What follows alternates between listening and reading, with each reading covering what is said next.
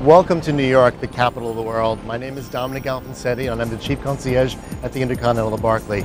You're right smack in the middle of this beautiful city.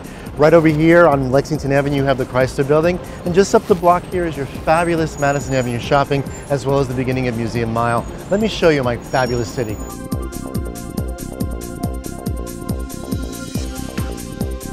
As we take a short walk towards Rockefeller Center, I just want to share some history about the Intercontinental Barclay. It used to be the former site of the Vanderbilt Mansion, with private train platforms running underneath the building. You didn't think we would send you to church for lunch or afternoon tea, but we have St. Bart's, which is a block away from the hotel on Park Avenue. The interesting thing about St. Bart's is that they have a terrace. What they've done, as you can see here, is they've turned it into a lovely cafe. You can have a fabulous lunch and or an afternoon tea right here at St. Bart's. Down the street from the hotel on Park Avenue and 53rd is one of those little-known architectural gems. It's Lever House, which is right here. It was the first skyscraper built of glass and steel, so it's right by the hotel and it just happens to be right here on Park Avenue.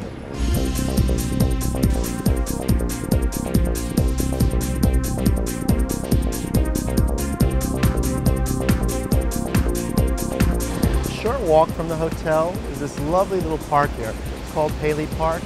It's just a little enclave in the midst of the maddening crowd in Midtown. The best part of it all is that there's a refreshment stand here. It has the best hot dogs in town. I particularly like coming up to the top of the Rock in the morning. It becomes your own private deck.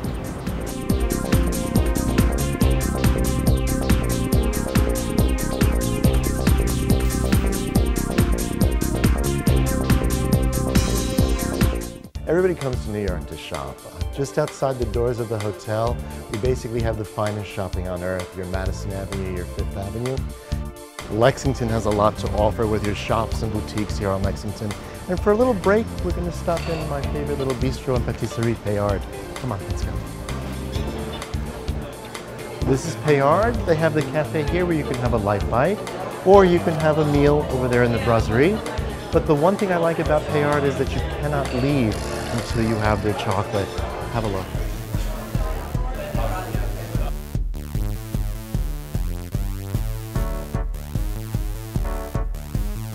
Soho, the area south of Houston Street. Original birthplace of the modern-day department store. Did you know Mary Todd Lincoln bought her first set of china here? From bohemia to fashion, couture, and designers. You know you're in Soho because you're going to see something like this, a column thinking that it's made of stone, but it's really wrought iron painted white. New York is a place of people who don't usually cook. They usually go out to dinner all the time. I love to send my guests to the River Cafe because when they're looking for a restaurant with a fabulous view of the city, you cannot beat the ambiance. The view is absolutely spectacular.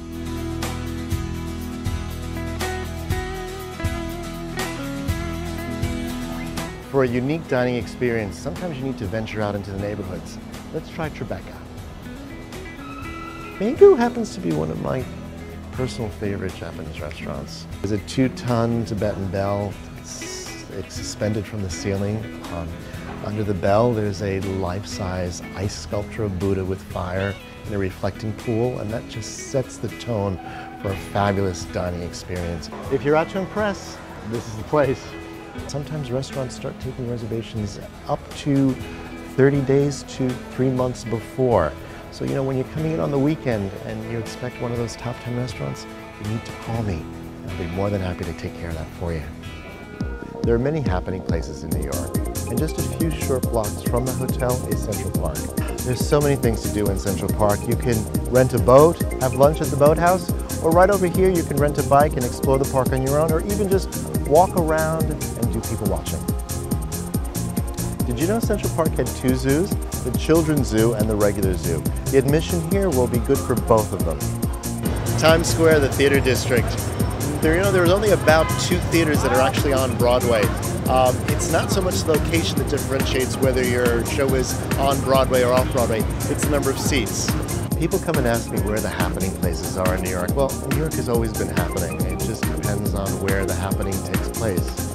At the moment, it's the Meatpacking District, which is undergoing a tremendous renaissance. At night, the red carpet comes out, the velvet ropes come out, and all the nightclubs seem to just pop out of nowhere. It's just one very, very happening place. And to get into these hot clubs, just see us. We'll make the necessary calls.